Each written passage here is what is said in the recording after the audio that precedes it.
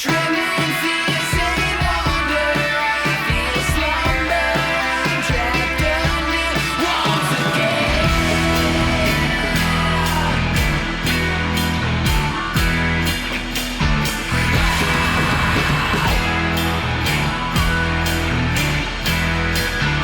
Everything I'm missing, open, wishing, never listening, lost. All right, what's up, guys? Dave at Surfcraft Union coming here with another new episode of Interviews. I'm here with Korey Nolan. That's how you pronounce it. Perfect. I got it. He has a few different things that he does, but let's kind of get into a little bit of background as far as what got you into surfing. How long ago did you kind of get into surfing, and kind of what your influences were with that? Sure. I'll start with a disclaimer. I was an adult learner. Okay. For pretty much. I mean, I was 18 when I started surfing, so I was legally an adult. Sure. But my uncle gave me a Eaton Bonzer that he left behind my grandmother's garage for like a decade, and that's what I learned to surf on. Cool. So I surfed like, low tide, like wind chop on a Bonzer. Like it made no sense, but like that was my starting point. And we lived like 45 minutes from the ocean, and I would go, once a month or so when the weather was permitting. So I was a total fair weather surfer, just doing it on my own, total outsider. And I loved it. But when we moved here to Hamden Falls, like almost 6 years ago, it really took over. Like I got a new board. I got a custom board made by Jacques Berriot. Yep. And was like immediately hooked on it. Yeah. Got a winter suit, surfed as much as possible, and that really kind of kicked off my surfing for me. That's awesome. Yeah. So, with that said, before surfing, what were you into? Snowboarding primarily, but like my are you talking about like surf craft in general, like what got me into that, or More of actually like the innovator and kind of the person that obviously we all kind of, as a child, we have certain personality traits, and what brings you as an adult kind of comes with you. So like in that aspect, what made you want to do what you're doing right now? Sure. I mean, that can go back as far as like living in our previous house. We bought a beater of a house and put a ton of work into it and flipped it, for lack of a better term. I mean, we really kind of redid the house to live in it because we wanted to stay there. But I did all the work myself, and like that sort of sparked a DIY mentality in me. I refurbished the bathrooms and the kitchen. We did all the floors in the house, refinished a bunch of stuff, and did a couple of small projects in the basement, including making like a hand plane and working on a motorcycle, getting a new motorcycle like up and running, a new to me motorcycle. Sure. And then Is that Yamaha back there? yeah. Is it running? Not right now. No. It's got about an inch of fucking wood dust on it right now. That's okay. Yeah, and then moving here to this house and being so close to the ocean, having literally having this garage and the basement to work in and proximity to the ocean, and we travel to snowboard like at least every other weekend up in Maine. Okay. I don't know, I started looking into making my own gear, and that started with looking into making my own snowboards. Yes. Which is a kind of a crazier endeavor than making your own surfboard, because you can buy a blank that's already got the rocker in it and stuff like that. But to make a snowboard, you need to have a press. Like you can't buy a snowboard blank really. Yeah. You kind of can. Like LibTech and Burton make like pressed boards that aren't shaped and you can cut them, but there's no edges and whatever. But I wanted to rebuild this, redesign snowboard construction based on skate construction, alternative materials, and kind of stripping down what I thought was necessary, all while at the same time bringing it into a more of a surf space. So like my first board was bamboo and fiberglass with no base material, no top sheet, no metal edges, and after I pressed it, I wrapped it in fiberglass like a surfboard. And then I kind of mentally, I brought it back into the surfing space by rubbing wax onto the base of it for slickness, like you would a ski or a snowboard. Sure. But it's a rub-on wax, so you have to wax your surfboard before you go Yeah. snowboarding. It's not like an iron-on, like... No, yeah. no, yeah. I mean, It's not a centered base. No, it's not. Yeah. It's just epoxy, so Yeah. you gotta rub wax on it pretty much every time you use it, and it's great in powder, but you don't really want to ride it on a groomer too much, Yeah. which around here isn't ideal. But yeah, making the snowboards was really kind of where I started in making stuff for to kind of combine my passions of doing things myself and board sports, I guess. Yeah. But also your take on just about everything that you do is huge focus on sustainability. Yeah. I was thinking about that word recently, and like I think like humanity is unique where like everything we make is so detrimental that we had to come up with a word for when something is not as shitty. And like that's so it's wild to think about that. Like I don't think or claim that the things that I'm doing are ideal. I think we have a long way to go because our mentality is so focused on what's less bad and not what's just what's just reasonable. Totally. You got to cut down trees, you got to cut down bamboo, or you have to make a composite that's non-biodegradable or whatever. But there's certain things that are happening and people who are working to create something that's truly sustainable, and I hope to support them and to try to refocus my energy on something that is as good performance-wise, but better when you're done with it or when it's no longer usable. Yeah. Yeah. So you did Primal Snowboards. Yep. And that's something that you still do today. It definitely still exists. Last year I made 2 snowboards. Okay. So it's Your focus has changed in a production mind. It's really kind of more of a super hobby, whereas hydrophile and making fins is my business right now. I still want to pursue making snowboards, and I plan to, and I plan on merging them further. But right now my focus and energy is put into hydrophile because I have so much going on with it right now. Yeah, absolutely. And dude, you're doing a great job. Thanks. Listen, man, we linked up. We've known each other for a while, but we really started kind of linking up right around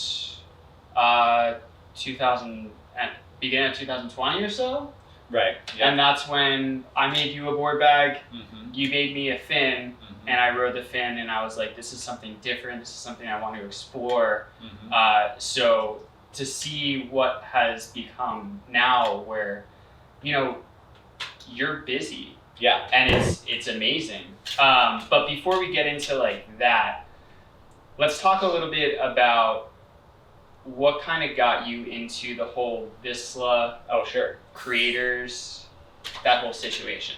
I've always kind of been interested in the sustainability angle of creating, and what is a form of greenwashing or not exactly sustainable aside.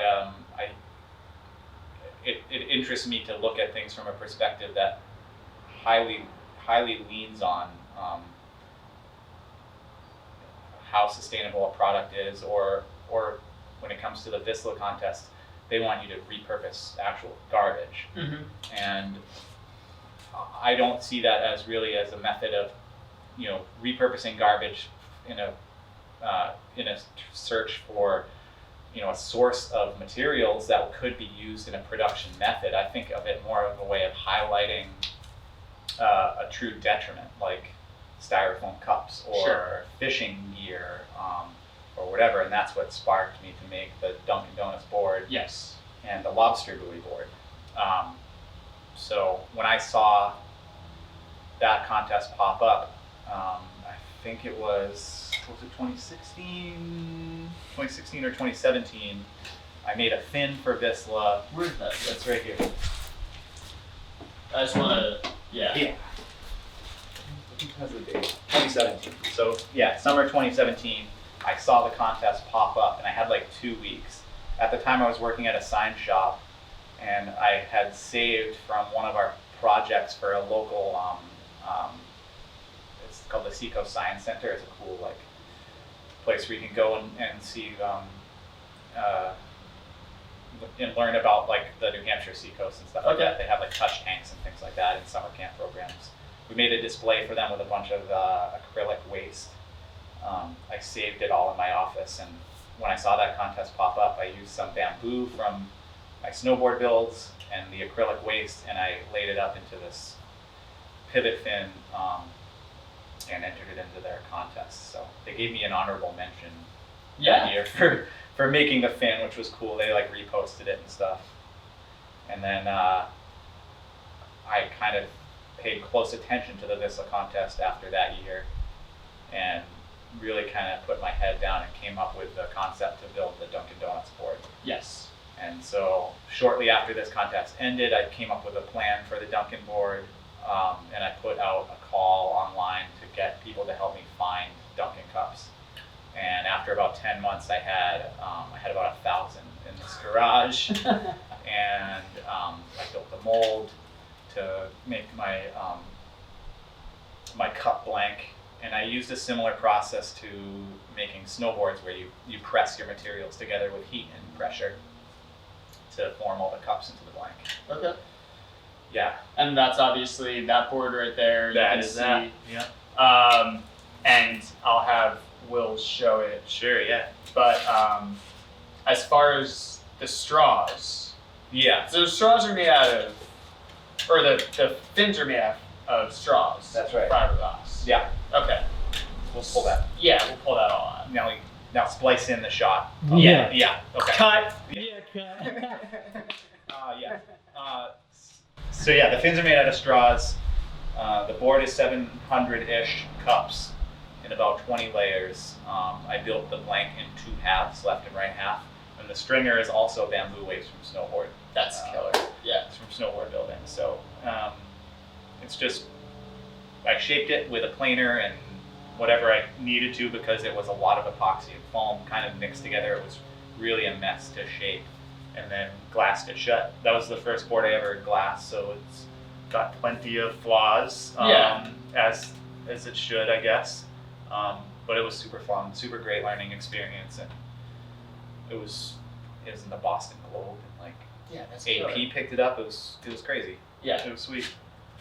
Now that obviously gave you some drive to then make the Lobster Bowie Yeah. surfboard. Well, so this one I flew to California with it in 2018. It came in second, and I don't really think of myself as competitive, but I was pissed. Yeah. Let's not say I was pissed. I was disappointed, and so I put my head down, and actually, right when I was going out to California, I did a beach cleanup with Surfrider here with my daughter, and my bucket was full of lobster pots, scraps, and buoys and rope, and I was like, man, there's so much of this, and this time of year is hurricane season, so all that stuff washes in. So I immediately saw all the buoys, and I was like, well, I wonder if I can collect enough to build a board. I wonder if I can build a board out of them. And then I started to wonder if I could legally collect them, because they are all tagged and marked, and I the never fishermen even thought about that. the fishermen would obviously prefer to get them back, but there's I did some research and stuff like that, and in Maine there's 2 to 3 million lobster pots in the water at any given point. And annually they lose about 1%, which isn't that much, but 1% of 2 to 3 million is 2 to 3,000. And that's the buoy, and then the line attached to it, and the whole pot is sunk on the bottom and lost forever, basically. Yeah. 2 to 3,000 a year, every year. Wow. That's a lot of shit, like Yeah. on the bottom of the ocean. And there's like there's like I think it's called like the Ghost Gear Project or something. And there are these people that go and dive in the lobstering areas and refurbish or pick up and return lost gear and stuff for people. Okay. Which is cool. But it's not illegal to collect the buoys. You see them all over people's like sheds and stuff like that. And it's kind of like what makes the beach house the beach house. Yeah. So that was my main aesthetic for this thing. I was like, you have to see all the colors. Yeah. And I was able to mirror the left and the right side. Oh my god, I didn't even realize that. Yeah, but it seems like it might have been more effort to do that. But the beauty in doing it that way was that when I had this shape, I could mirror it and cut this shape. And I did that for the entire board. Okay. So I was able to cut and save time by, the foam is evenly distributed that way. Yeah. So because they're all different densities, and this is on glass, so it's really kind of like a soft top. And it's like a traction pad all at the same time. That's kind of crazy. Yeah, it's fun. I've seen this board a billion times, and I've never even noticed that it's like subtly symmetrical in the colors. Yeah. You should ride it tomorrow. Let's try it. Ride it today. It might be big enough. We'll try. Yeah, let's try. All right. All right. So. So that one. Yeah. That one they picked up again, and I flew it out to California again. And it's cool. I throw it in a bag. I fly out there, stayed with my buddy, and surfed it a bunch, and then drove it to their event. And they put it on display, and that one won the contest. So that was the icing on the cake for me. I was psyched to. There you go. Psyched to win it, and it was sick. And then the following year was the COVID year. They still ran it, but I didn't. I didn't enter. I didn't enter again this year, but I'm hoping to get back in there once things kind of coalesce again. Well, you're preoccupied with the big picture that this whole interview is kind of about anyway. Is let's talk about fins. Yep. Yeah. Hydrophile. What does it mean? Like what? The name. Yeah. The name to be hydrophilic is to be attracted to water. Okay. So like there's hydrophilic and hydrophobic is like oil is hydrophobic. Oil and water is mixed. Hydrophilic is to be attracted to water in a physics state. But also like to be an audiophile is somebody that like is obsessed with music and sound quality and stuff. I worked at a record store for a decade, so that's where that kind of ties in. So audiophile, hydrophilic, I merged them together, and then my logo is a little like a 45 adapter. Yeah. So that's where.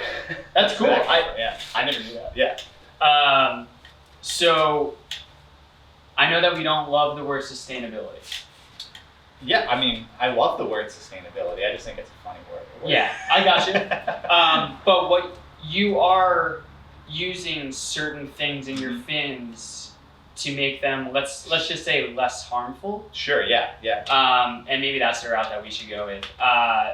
So what do you do to your fins, your layups? What makes them different than some other people? Maybe, I don't want to say bigger brands, but there's a lot of fins out there. So what kind of sets yours apart a little bit? I primarily use bowling glass, and my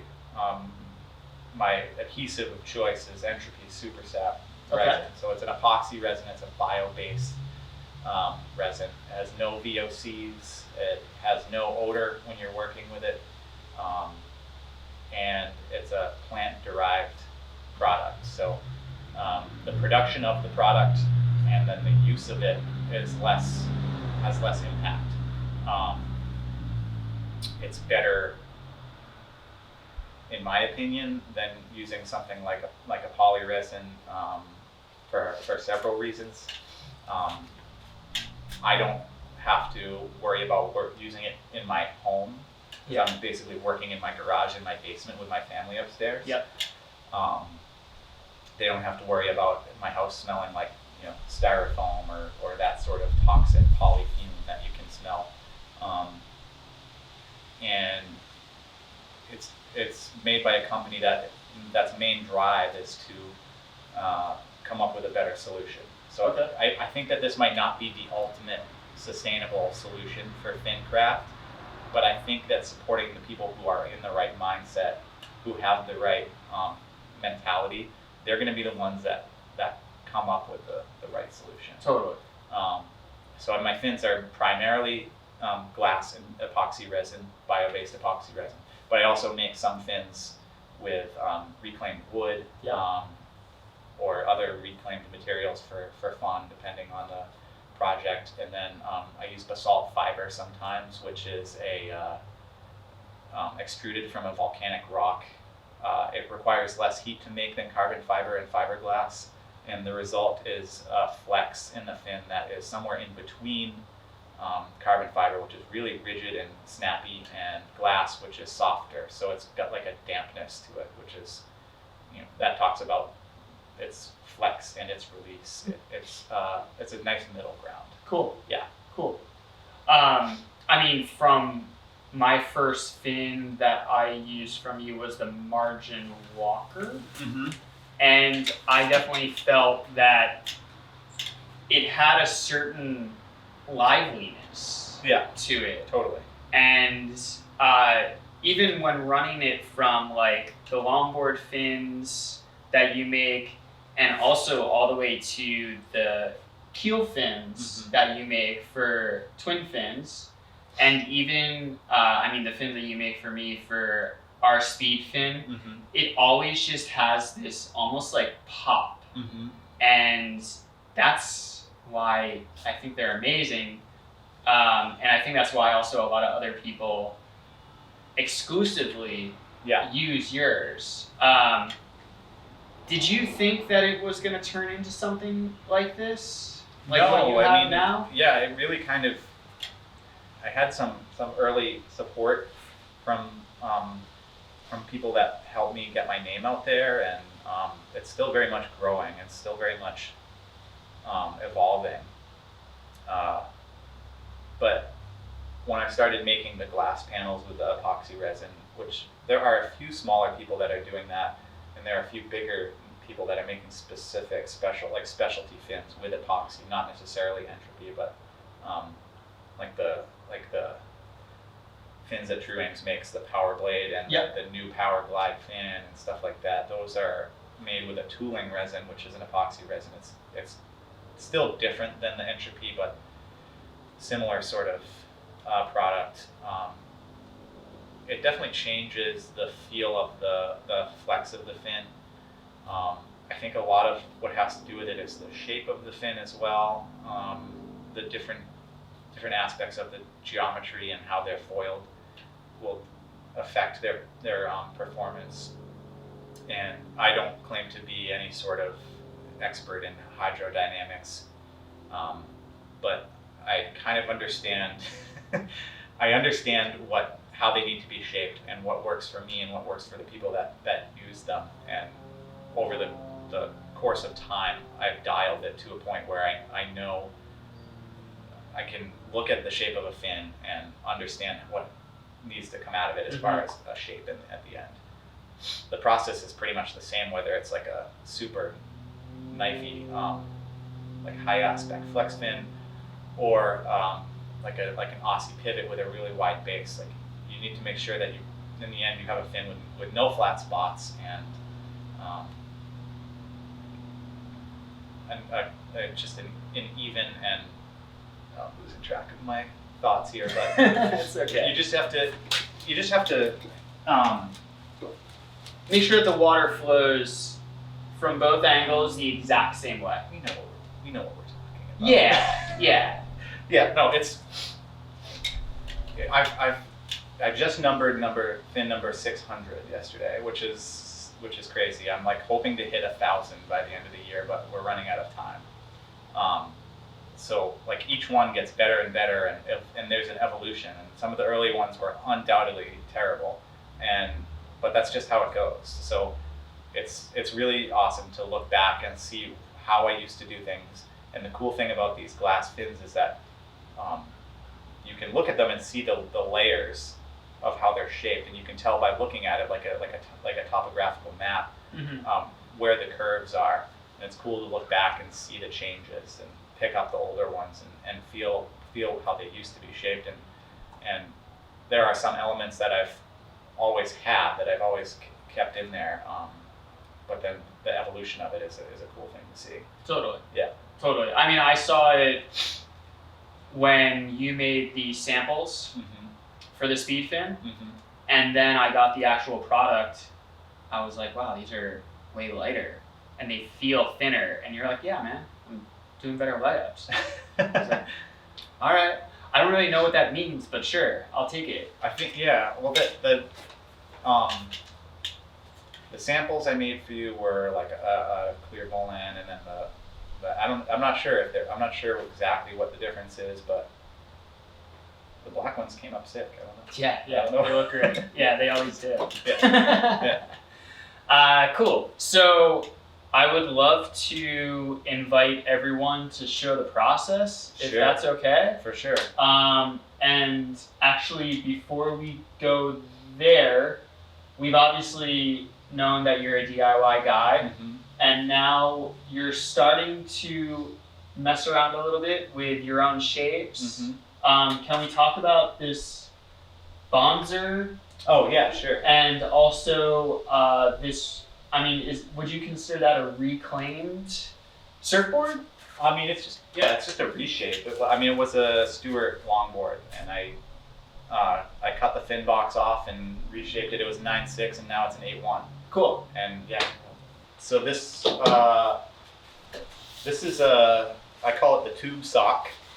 It got the name from, so I built this thing trying to be super serious about it, and I brought it upstairs to cure because it was kind of winter time and I wanted the epoxy to cure, so I put it in the kitchen, and I put it on the table, and my wife was looking at it and she was like, it reminds me of like an old sock. And I just like my whole like mentality of it being like this fine craft went out the window, and I was like, fine, it's gonna be called the tube sock. And so it's kind of a Simmons outline with Bonzer side fins here, and a single fin box. It's got like a big double concave up tail that reminded me of my first board, which is the Eaton Bonzer. Sure. And it's a hull entry with a chine rail. It's a lot. It is a lot. There's like a lot of, like hull aspects, chined rails. Yeah. I mean, Yeah. I'm starting to realize how many boards do have chined rails. Yeah. Like the Mega Magic by Walden, like it's funny because it's one of those boards where people are like, oh, that's like on that edge of global surfboards and global industries, but they have a chimed rail. Yeah, and they work. I know so many people that have had it and been like, yo, this board just paddles great, and then it just keeps going. It never stops, and it's cool that you integrated a chimed rail on a Bonzer. Yeah, I wanted, like, I don't have the opportunity to make like as many boards that are in my head. Yeah. So I think I may It's a have mashup. put too many into this. Yeah. However, it is super fun. Yeah. It drops in like a haul. Like you really kind of got to stay low until the thing's up and running. And then I put this nice big tall flexi fin in the center box. This is modeled after a fin called the Whiptail, like Peter the Fryer. He made some really sick knee boards. Cool. In the 70s and whatnot. He's still making them now, like really cool flex tails and stuff like that. He's a legend. And this is basically a Crip Key, which is my most popular flex fin, with the whiptail tip, basically. Yeah. And that fin is really fun because when you you come out of your bottom turn, you can load it up, and then it kind of shoots you up the face of the wave. You can really feel it. That's awesome. Yeah. But yeah, it's a Simmons with a Bonzer tail and shine rails and a hook. That's it. Yeah. Simple. But yeah, it's really fun. It's 6'2". And it's almost got that like V bottom style. Right. That's if you look at my Eaton Bonzer, you can see that. And like That's what they just did. what they did. And Yeah. just kind of cut some more foam out, and it's kind of aesthetic. Yeah. And aesthetically also nice. I know that McTavish, Mhm. they do the transom. Yeah. And what it does is it just creates almost Oh, like yeah. a pressure point. Yeah. Right. It looks like the tail is pushing down there. Yeah. I mean, in reality, that's the high spot in between the concaves the whole way out, but it makes it it's like an optical illusion of a dip in the tail. Totally. It's cool. It's really cool. Thanks. I dig it. Thanks. Yeah, I want to ride it for sure. Oh yeah, you should. So, down to show me the process of what you do with the fins? Yeah, we can go downstairs and I'll Sweet. show you what goes Let's- on.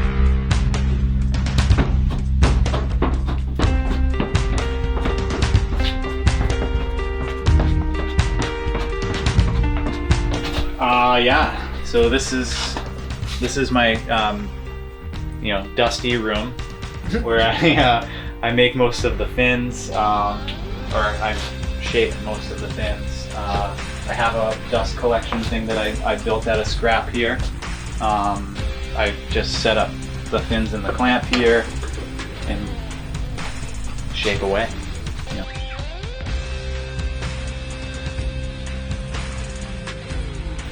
These are fin blanks that are cut out from the panel that are ready to shape. I just need to hone the base down a little bit. I do that on the router table, and then bring it over to the sanding station to grind away.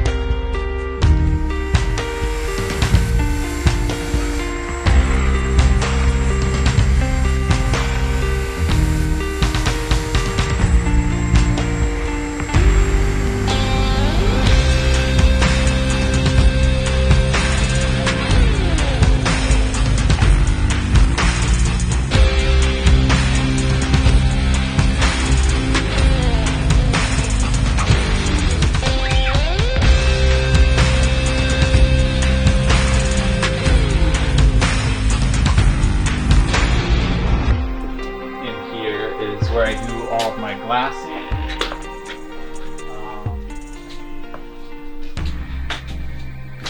I have a primary layup table, which is something I built out of scrap plywood and acrylic.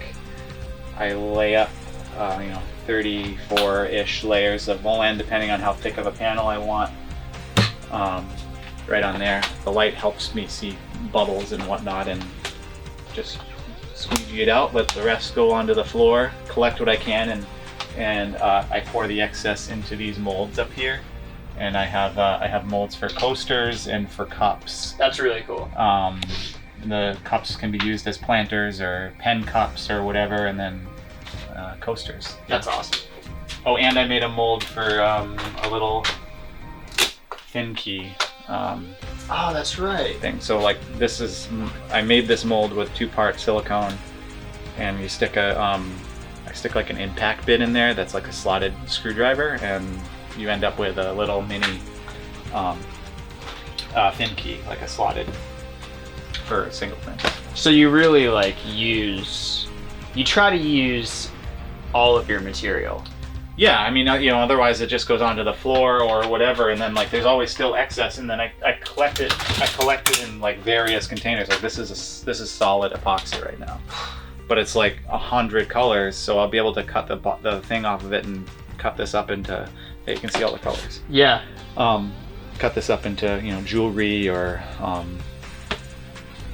don't know, doorknobs and stuff like Josh Martin does. Totally. Yeah. It looks. I mean, it looks like something you'd buy at a head shop. Yeah. Oh yeah, completely. Yeah, all of the like cups and stuff look like Yeah. that. I mean, some people keep their weed in them and stuff. Totally. Hey, whatever they're into, right? Yeah, for sure. Cool. Yeah, that's pretty much it. And you know, this table here, I cut glass on and prep it for wetting out on the different surfaces and whatnot. And those are my bins of templates. We can pull those out. Yeah, let's check those out. Yeah. That's really cool. Yeah. I have these are all of like my personal shapes, and then these are all shapes for different shapers and things like that, like hook fins for Curtis Wooden. Yeah. And then I have all of my different shapes for things like different sizes of crypt keys. And then I just use these. They're either, you know, cardboard or plastic or whatever. These get laid on the panel and traced with a nail or something to gouge into the fiberglass. Sure. You can use whatever. Yeah. That's cool. Yeah. Yeah, so you fully have templates, just like someone that was a surfboard shaper has templates for their different ingredients, and you know. I have them in, you know, pretty much the more popular ones have them by like the 1/2 inch. Some of the newer shapes or whatever, maybe I'll have like 8, 9, 10 inch templates.